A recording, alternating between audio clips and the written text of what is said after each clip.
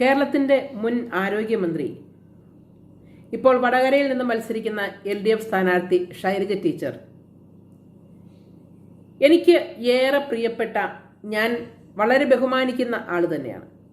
പക്ഷേ ടീച്ചറിൻ്റെ ആദ്യത്തെ പത്രസമ്മേളനത്തിൽ ടീച്ചർ പറഞ്ഞത്, അതും വളരെ കണ്ണുനീരോടെ ചുണ്ടുകൾ വിറച്ച് ടീച്ചർ പറഞ്ഞത്, ടീച്ചറിൻ്റെ മോർഫ് ചെയ്ത വീഡിയോകൾ പുറത്തിറക്കി, അതും ഷാഫിയും ഷാഫിയുടെ കൂട്ടാളികളുമാണ് അതിൻ്റെ പിന്നിൽ എന്ന് വ്യക്തമായി ടീച്ചർ പറഞ്ഞതാണ്.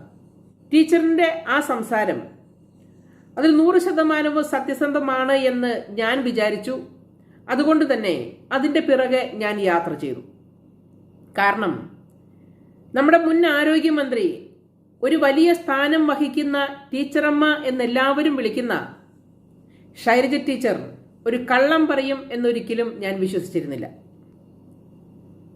അതുകൊണ്ട് തന്നെ ടീച്ചറിന്റെ ആദ്യ പത്രസമ്മേളനത്തിൽ ടീച്ചറിന്റെ ചുണ്ടുകൾ വിതുമ്പിയപ്പോൾ ഞാനും വല്ലാതെ വേദനിച്ചു. കാരണം അത്രയും പ്രായമുള്ള ടീച്ചറിനെ അപമാനിക്കാൻ കോൺഗ്രസ് നേതാക്കൾ, അതല്ലെങ്കിൽ കോൺഗ്രസ് അണികൾ മുതിർന്നിട്ടുണ്ടെങ്കിൽ അതിന് ശുദ്ധ തെമ്മാടിത്തരം എന്ന് തന്നെയാണ് പറയേണ്ടത്.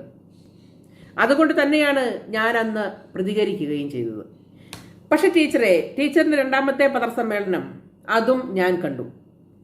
ടീച്ചർ വളരെ പ്രസന്ന മുഖത്തോടുകൂടി വന്നിരുന്ന് ടീച്ചർ വീണ്ടും പറഞ്ഞു, വീഡിയോ ഇറക്കിയിട്ടുണ്ട് എന്ന് ഞാൻ പറഞ്ഞില്ല, ഫോട്ടോകളും പോസ്റ്റുകളുമാണ് ഞാൻ പറഞ്ഞത് എന്ന്.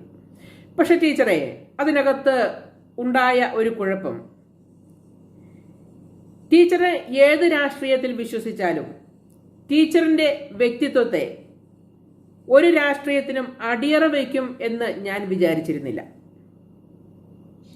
ടീച്ചർ ഒരിക്കലും ഒരു രാഷ്ട്രീയ നേട്ടത്തിന് വേണ്ടി ഇങ്ങനെ ഒരു കള്ളം പറയും എന്നും ഞാൻ വിചാരിച്ചിരുന്നില്ല. ഇങ്ങനൊരു തോന്നിവാസം ഏതെങ്കിലും രാഷ്ട്രീയക്കാർ ചെയ്തിട്ടുണ്ടെങ്കിൽ അവരെ നിയമത്തിന്റെ മുൻപിൽ കൊണ്ടുവരണം എന്ന് വളരെയധികം ആഗ്രഹിച്ച ആളാണ് ഞാൻ. ടീച്ചർ ഇങ്ങനെയൊരു കാര്യം പറഞ്ഞപ്പോൾ ഒരുപാട് പേരുടെ മനസ്സിൽ ടീച്ചറിനെ പ്രതിഷ്ഠിച്ചിരുന്ന ഒരു സ്ഥാനമുണ്ട്. വളരെ പക്വതയുള്ള ഒരു ടീച്ചർ, ഒരു രാഷ്ട്രീയ നേതാവ്, വളരെ പക്വതയോടുകൂടി നമ്മുടെ സമൂഹത്തിൽ സ്ത്രീകൾക്ക് വേണ്ടി ഇടപെടാൻ കഴിയുന്ന ഒരു അമ്മ. ഇതൊക്കെ ടീച്ചറിനെ കുറിച്ച് ഞാൻ വിചാരിച്ചിട്ടുണ്ട്. എന്നെ പോലെ നൂറുകണക്കിന് സ്ത്രീകൾ വിചാരിച്ചിട്ടുണ്ട്. നമ്മളൊരു രാഷ്ട്രീയ ആരോപണം പറയുമ്പോൾ അതിലൊരു വ്യക്തത ഉണ്ടാവുകയും ഒരു നേട്ടത്തിനും വേണ്ടിയിട്ട്, ഒരു രാഷ്ട്രീയത്തെ തോൽപ്പിക്കാൻ വേണ്ടിയിട്ട് ഒന്നും അടിച്ചേൽപ്പിച്ച് പറയേണ്ടതില്ല. നമ്മൾ നിൽക്കുന്ന സ്റ്റാൻഡ് സത്യമാണെങ്കിൽ നമുക്ക് കിട്ടുന്ന അവസരം വളരെ മനോഹരമായി ഉപയോഗിച്ചാൽ, ജനങ്ങൾ കൊടുക്കുന്ന നികുതിയിൽ നിന്നും ജനങ്ങളുടെ പണം പിരിച്ചെടുത്ത് വികസന പ്രവർത്തനങ്ങൾ ചെയ്യുമ്പോൾ അത് ആരുടെയും വീട്ടിൽ നിന്ന് കൊണ്ടുവരുന്ന പണമല്ല, ആരുടെയും കഷ്ടപ്പാടിന്റെ പണമല്ല, അത് ജനങ്ങളുടെ പണം തന്നെയാണ്. ആരൊക്കെ അധികാരത്തിൽ വന്നാലും നിങ്ങൾ ഉപയോഗിക്കുന്നത് ഞങ്ങളുടെ പണമാണ്. അതുകൊണ്ട് തന്നെ സത്യസന്ധമായി ചെയ്താൽ കേരളം എന്ന നമ്മുടെ ചെറിയ സംസ്ഥാനം എത്രമാത്രം വികസനങ്ങൾ കൊണ്ടുവരാൻ കഴിയുന്ന ഒരു കുഞ്ഞിടമാണ് നമ്മുടെ കേരളമെന്ന് എല്ലാവർക്കും അറിയാം. അത്ര കണ്ട് പണം ജനങ്ങൾ ഗവൺമെന്റിലേക്ക് കൊടുക്കുന്നുണ്ട്.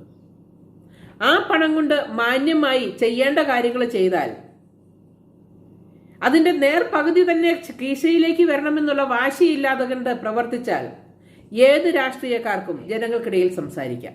കേരള രാഷ്ട്രീയത്തിൽ അങ്ങനെയൊരു അവസ്ഥ ഇല്ല എന്നതാണ് വാസ്തവം.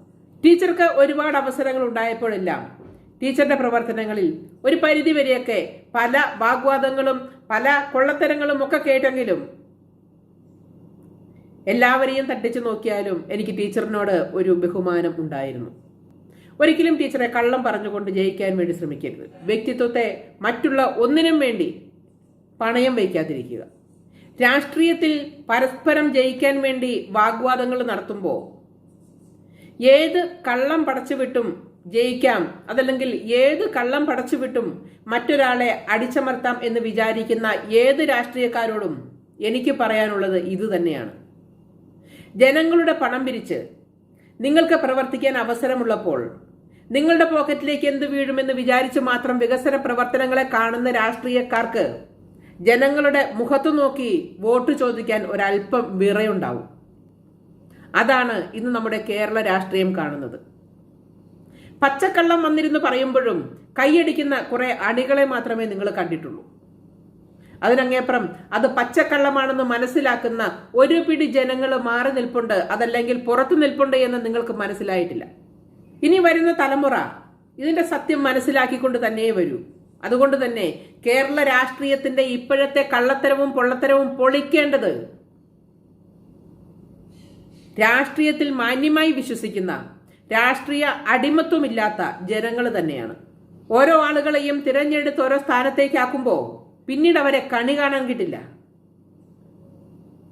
പിന്നീട് ജനങ്ങൾ അവരുടെ മുൻപിൽ ഓച്ചാനിച്ച് കയ്യും കുപ്പി നിൽക്കണം. എന്നാൽ ഈ വോട്ട് സമയത്തോ ഇങ്ങനെ കൈകൂപ്പുന്ന എത്രയോ സ്ഥാനാർത്ഥികളെ ഞാൻ കണ്ടു. കാരണം ഇന്ന് നിങ്ങൾക്ക് വോട്ട് ആവശ്യമാണ്.